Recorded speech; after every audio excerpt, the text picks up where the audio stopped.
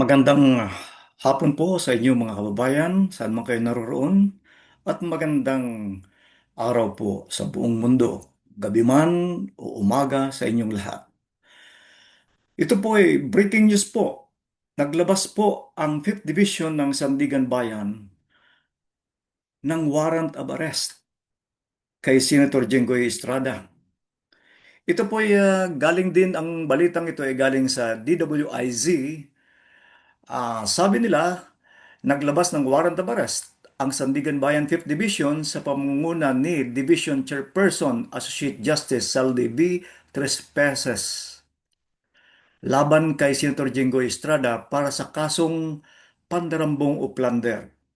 Kabilang din sa mga miyembro ng 5th Division na sina Associate Justice Mary Ann E. Corpus, Manyalak at Associate Justice Hiner M.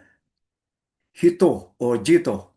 Ayon sa mga source ng DWIZ Patrol, isi-serve na ang warrant of arrest laban kay Estrada anumang oras mula ngayon. Nako po, ito na. Mangyayari po kaya ba talaga ito?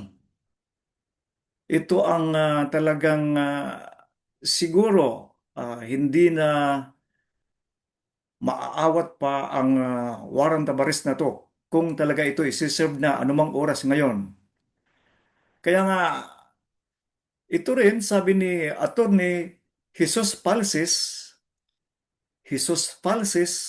sabi niya, Sandigan Bayan 5th Division issues warrant of arrest against Senator Jingo Estrada. This is for the non-bailable case of plunder. Mababawasan at maglalagasan ang DU13 majority Bato and Jinggoy out. Nako po, ano nang mangyayari nito mamayang hapon?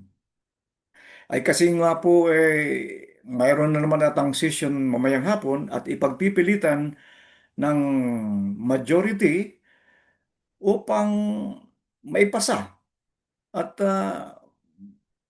pag-usapan ang pagbuto online kahit ng mga kriminal o may mga kaso.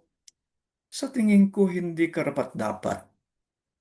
Kaya nga sana naman kung magkaroon man ng palitan ng leadership ang Senado, sana yung maayos na. Kasi po, laging magulo. Aywan ko po ba, bakit nagkakaganon? Alam nyo naman ang mga pinagmulan nito. Magmula nung maupo yan si Senator Alan Cayetano, nagmula na ang gulo.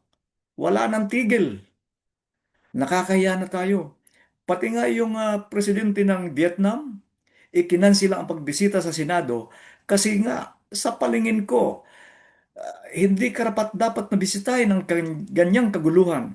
Nakakahiya na po tayo sa buong mundo, mga kababayan. Sana naman tumigil na ang kaguluhan dyan sa Senado sa pangunguna ng panggugulo ni Senator Alan Cayetano. Magandang hapon po mga kababayan sa inyong lahat, saan man kayo naroroon. Hanggang dito na lang po ang aking pagbablog. Maraming salamat po sa inyong lahat.